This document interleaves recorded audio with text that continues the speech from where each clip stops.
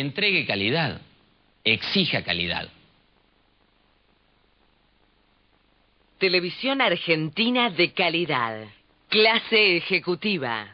El programa televisivo argentino con certificación de calidad ISO 9001-2008. Una producción Nova Patagonia.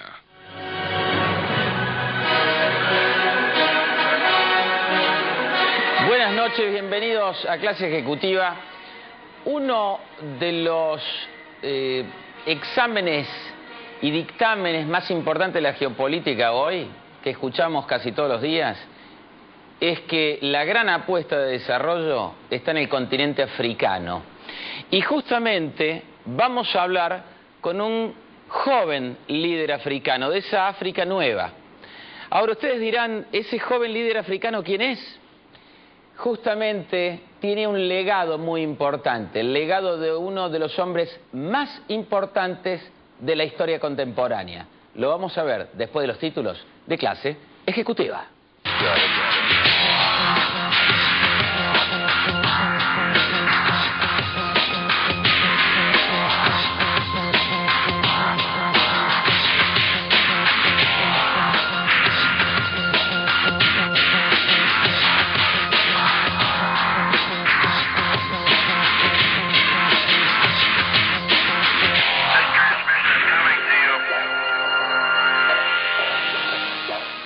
Buenas noches, señores, de nuevo, y estamos hoy con un programa extraordinario porque hemos invitado, les decía, a un joven líder africano, nada menos que Ndaba Mandela, que es el presidente de Africa Rising, de la Fundación Africa Rising, y también es el nieto de Nelson Mandela. Ndaba, thank you for coming. It's a pleasure and an honor to have you here. Thank you very much. Thank you. It's an honor to be here. El licenciado Ndaba Mandela es graduado en Humanidades en la Universidad de Pretoria con orientación en Ciencias Políticas y Relaciones Internacionales y cuenta también con formación en Management. Empresario en la industria del entretenimiento y la publicidad, Ndaba es un hombre apasionado realmente por África, su continente, su gente y el futuro de ellos. Trabaja para involucrar con su participación a jóvenes y a la gente en general para que logren ser artífices de su propio destino, transmitiéndoles el concepto de que, según sus propias palabras, juntos estamos de pie, divididos nos caemos. And you came to Argentina to participate in a conference about entrepreneurship. And what defines an entrepreneur, in your opinion? In my opinion, typically a person who's defined as an entrepreneur is, traditional sense, a person who starts their own business. So a person who studies the market, identifies the gap, and raises the funds and takes risk to try and create a successful business. Does it apply to, to business only, or perhaps to the society in general terms? I mean, could be an approach to life? It can be an approach to life. I think, obviously, nowadays you have new definitions of entrepreneurship. You have entrepreneurs in the social as well in the political space. And I think that has more to do with people who are passionate about creating change within the society. So people who, like myself, who have started their own foundations to address some of the social challenges, those are also known as social or political entrepreneurs. So leadership is contained already inside the concept of entrepreneurship. Definitely, because entrepreneurs take risks. I think that is one of the biggest things, As a leader, there's nothing guaranteed. It's about consistent hard work and, being at the forefront, Could we say that your grandfather, Nelson, has been an entrepreneur in terms of service, taking risks for the people? I can definitely define him as an entrepreneur. A lot of people don't know, but at the beginning of apartheid, when my grandfather, and his colleagues, Walter Sisulu, started the ANC Youth League, a lot of people did not actually had the courage to actually stand up against the apartheid regime. But my grandfather and his colleagues believed that they had to fight for their rights and fight for opportunity and they did so. And over the years, only then did other people start joining the movement. Everybody realized. Yeah. I understand, and I think that the case of your grandfather is the case of the, I mean, any leader in the history of mankind. And what are the main landmarks do you think your grandfather Nelson has left for you? Well, personally talking. Personally, yes. Well, my grandfather was he brought me up as quite strict. If I tell a story, basically, when I was still young, I remember I was quite careless and I lost a jersey for the second time.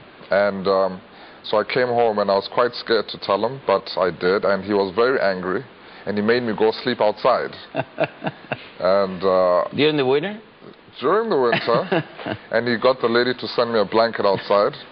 And 2 hours later, you know, when it started getting cold, he called me inside. And he said, never do it again, otherwise I'll really make you sleep outside. So those are the kind of values, you know, very disciplined, you know, very much entrenched in the values of people, valuing people. He's a very compassionate person. So no matter which background you come from, age, or the status, you know, of society you come from, he really is a person who really loved, you know, people. And of course, in terms of the country, you know, you talk about reconciliation, nation building. So those are also very important parts of his legacy. But for me personally, I think it would be always believing in yourself, doing right, and standing up for people that did not have the opportunity to do it for themselves. Actually, our today's show, I titled it "The Legacy," because upon under the light of what you said as your grandfather's legacy, to you personally talking, do you feel any additional responsibility towards your country, your people, your continent, I mean, in terms of service to them? Well, I think personally, I feel that a person in my sort of position, a person who's had the opportunity to go to university, a person who's had the opportunity to work in different fields from politics to finance, it's up to them to make the choice if they want to make a difference. And because I grew up with my grandfather, since '93 I've lived with him, he has very much imparted a lot of his characteristics and values onto me. So I feel that it's very important to actually do what you can in society. So through education, whether it be, you know, our culture, building the economy, and, you know, those are the kinds of things that I really want to contribute.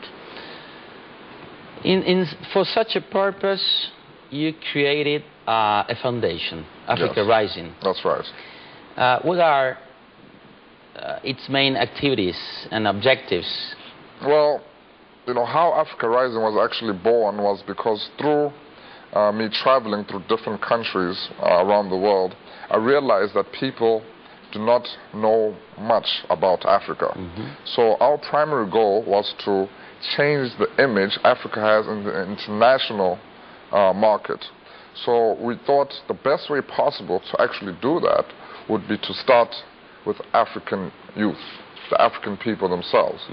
And so we decided that by us building and instilling a sense of pride and confidence in young Africans, we would be able to therefore, you know, build education, give entrepreneurship and positive leadership development, as well as celebrating our culture, our unique culture. Because, you know, if you look at our history, you look at the apartheid regime, what it was very instrumental in doing was making sure that the black man mentally does not have the same belief in himself. Yeah, a lack of self-confidence. Exactly. So they broke him down. So this is what our goal is to instill and uplift the pride and confidence in being an African, because we come from a generation that said if you're black, you're not able to do like... We have to go to a break, commercial break, if you allow me. Yes. But I would like to say a reflection. Perhaps hope is the last thing to lose. But dignity, we die with it. Vamos a una pausa y enseguida volvemos con más El Legado, aquí, en Clase Ejecutiva.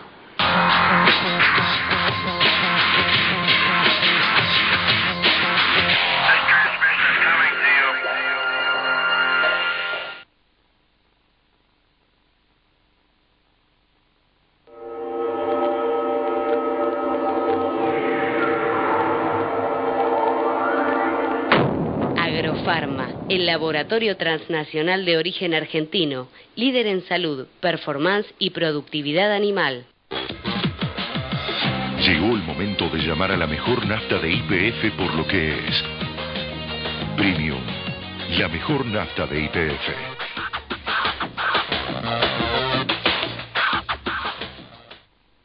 La industria alimentaria argentina tiene un proveedor líder, el bahiense.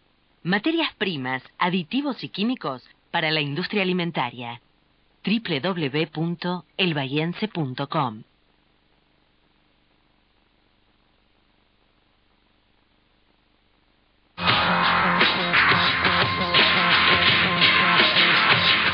Estamos con Ndaba Mandela, licenciado Mandela, que es el presidente de la Fundación Africa Rising, joven líder africano con un gran futuro y nieto del famoso expresidente y premio Nobel de la Paz Nelson Mandela. We were talking about dignity, and you mentioned also other values as sacrifice and discipline that your grandfather taught you. Yes. But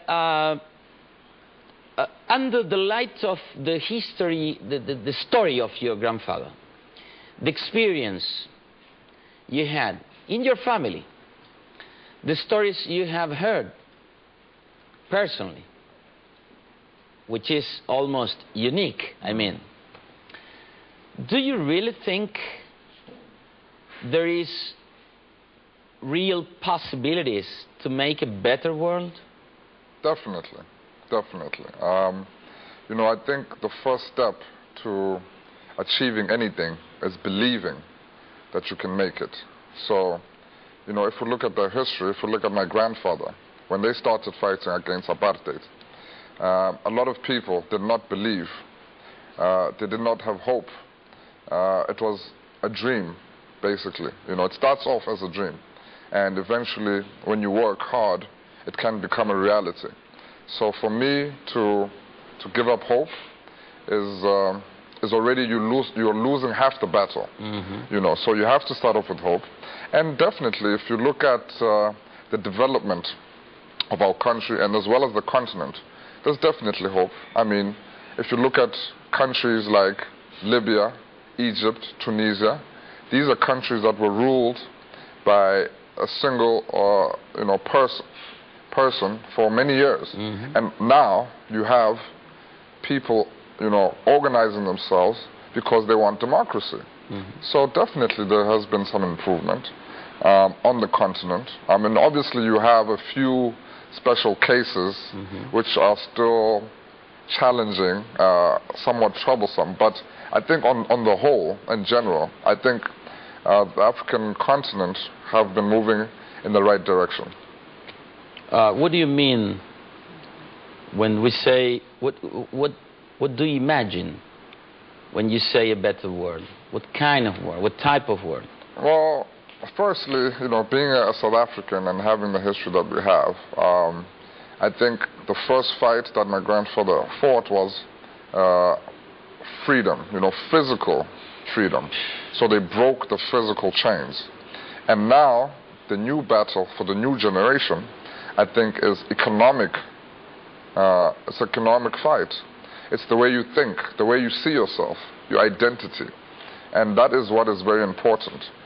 Because, like I said, we come from a history where they were taught that if you're black, you cannot become a lawyer. If you're black, you cannot be a scientist. If you're black, you can only be a mechanic and fix engines or fix toilets. So now, what we're looking at is building a new generation of proud Africans who want to develop their people. So, for example... Excuse me. Your grandfather broke the roof. Yes. Your grandfather broke the roof, man. He broke the roof, yeah. But he hasn't reached the ceiling yet. You could. So, yes, of course, we constantly have to challenge ourselves to achieve better, for the benefit of next generation. I think a lot of people, especially leaders, if you look at presidents across the world, they are very limited because they know that they have 5 or maybe 10 years, 2 terms.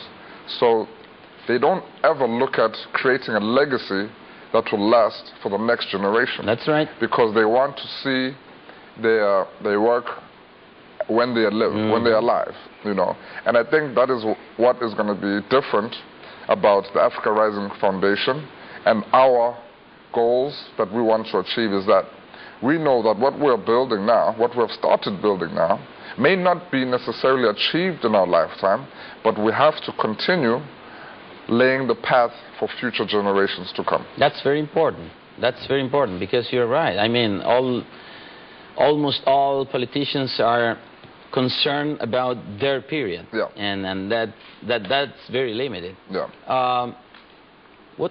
What are the main challenges of Africa today, of South Africa, to be more specific, in your opinion? Like I said, South Africa is one of the most unequal societies in the world. So you have a minority, small group of people who have large amounts of wealth, and you have 50 to 60% of the population which is living in poverty, under the poverty line. So I think one of our main challenges is to actually make sure that we create enough sustainable development in terms of economic growth.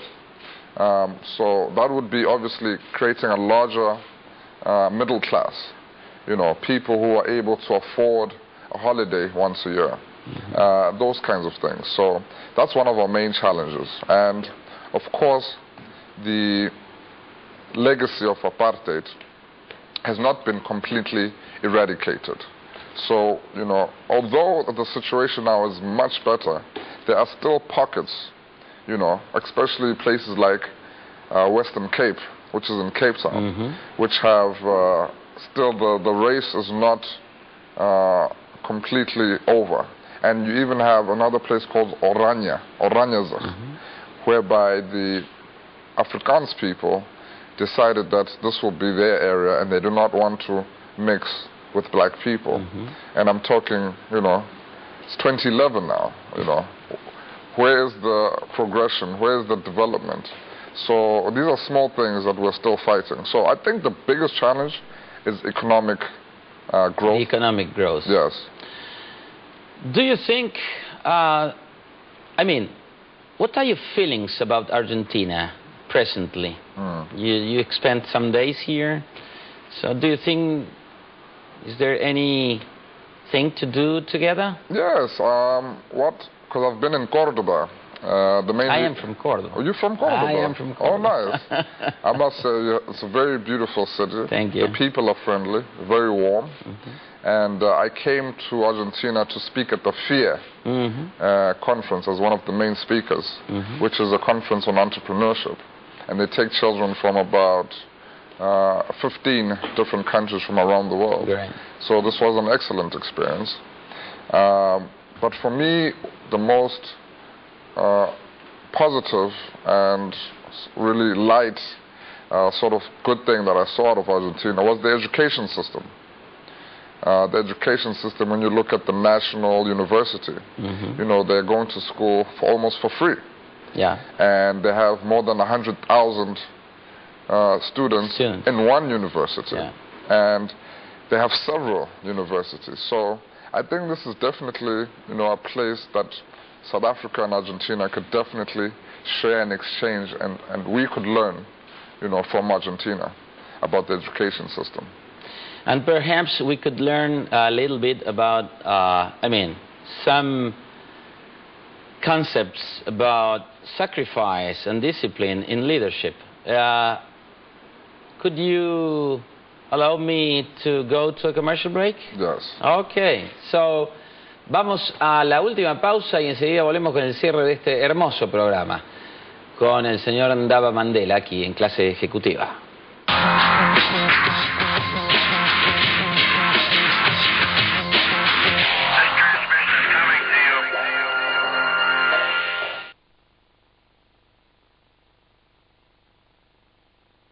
En Argentina todavía queda gente buena. Electropelva, un equipo de 100 personas a su servicio. Materiales eléctricos e iluminación para hogares, industrias, construcción, comercios e infraestructura. www.electropelva.com. En Santiago del Estero, lo importante se vuelve urgente. Por eso seguimos sumando, tomando decisiones clave, construyendo un presente más confiable a cada paso. Ya promulgamos la Ley de Promoción Industrial para beneficiar en serio la inversión y el crecimiento. En Santiago ya estamos cambiando y se nota. Gobierno de Santiago del Estero, por una nueva provincia.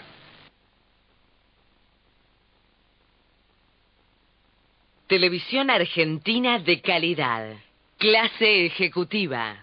El programa televisivo argentino con certificación de calidad ISO 9001-2008.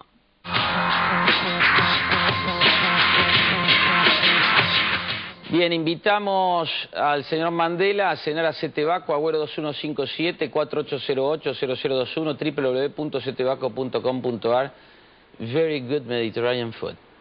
Very good. Almost like in Jabber. Almost. Ndaba, what do you think about leadership? What's leadership?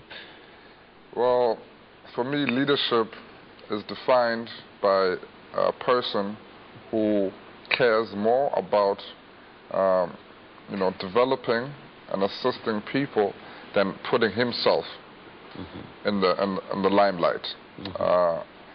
People like Gandhi, people like Martin Luther King. Those are the people that really fought to create opportunities for other people. So for me, a leader is someone who is able to influence people, in a positive way. Not somebody who dictates and forces people. Yes. I wrote an article about leadership and the difference between leadership and what I call narcissarchy. They govern, or they do everything just for themselves. Yes. And so you're describing a sort of sense of transcendence. Otherwise, you cannot be a good leader. Yes. Do you think so? No, I think so, definitely.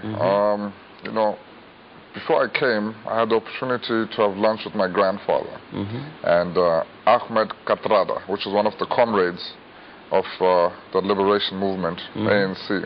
And they told me a story which I really was quite amazed. And it's basically about how my grandfather was defending 300 women against this white prosecutor. And they saw him one evening outside of court, and he was intoxicated, and they decided, hey, this is our opportunity, we're going to grab him, because as you know, at this moment things were very tense. Yeah. And we're going to grab him and we're going to destroy him. And they took him, and they want to take pictures of him, because the first thing he said to them was, oh, please take me home, but can you get me a black woman? So this was something they were very shocked, that a white man during apartheid would want a black woman, but obviously undercover. And they took him, and they had the opportunity to sort of get rid of him. And they went to my grandfather to say, listen, we've captured this man who is prosecuting you in the case against 300 women. Can we have the permission to get rid of him? And my grandfather said, no, I want you to take this man home immediately. Do not do anything to him at all. And whatever evidence of pictures you have of him, destroy them, cancel them immediately. Yeah. And that is what leadership is about, you know. Even when people are suffering, dying, brutalized, you know, being killed by the police and the apartheid system, our leaders decided that they would not do the same. To keep the way. Yes. To keep the way. Because they had a bigger picture, you know. Unos regalitos, señor director, por favor. Eurotime Outdoor Watches. Relojes deportivos con funciones adicionales para todos los deportes extremos. Agrofarma, el main sponsor de Clase Ejecutiva.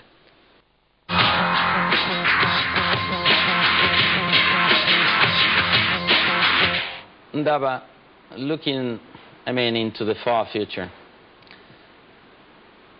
what do you want your landmarks, your own legacy for your own children and grandchildren want to be? Well, as you know, in the Africa Rising Foundation, we talk about instilling pride, dignity, and confidence in young Africans. So one of the things I want to see in Africa is Africans traveling more in Africa, you know, because we have the perception that it's always better to go to Europe or America. But actually, you should start right next door or across, you know, because you'll find some of the most amazing things on the African continent. So I want to see more trade happening in Africa. I want there to be a situation whereby if I'm a member of Africa Rising and I go to Buenos Aires, I can contact other members of Africa Rising and they would be able to show me Buenos Aires, share the culture of the Argentinian people, you know, because we all want to contribute in the development of Africa, which will create a much more stable world altogether, you know, and lessen the exploitation and the oppression that's happening. So these are the kind of things I want to see for the next generation. Well, I thank you really very much for your presence, your message. It's been a pleasure and an honor. And perhaps we'll see again in South Africa or here. I really appreciate you giving me this opportunity to be here. It was an honor. Thank you very much. Nos escuchamos mañana a las 17 en Radio Palermo y nos vemos el próximo jueves aquí, en Clase Ejecutiva.